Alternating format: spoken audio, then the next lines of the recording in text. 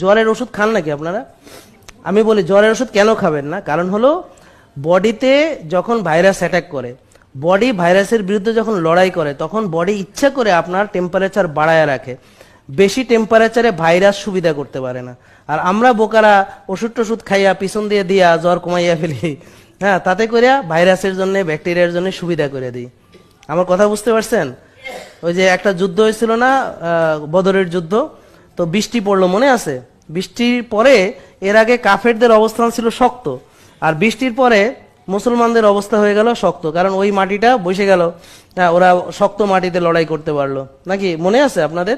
তো ঠিক এরকমই আমি যে কথাটা বললাম, যে জ্বর থাকলে শরীরে আপনার বডির ইমিউনিটি ভালো কাজ করে ওই সময়, কারণ ও ইচ্ছা করে টেম্পারেচার বাড়ায় যে এত হাই টেম্পারেচারে ওরা প্রোগ্রেস করতে পারবে না, ওরা সুবিধা করতে পারবে না, হ্যাঁ। আর আপনি এই সময় জ্বরটা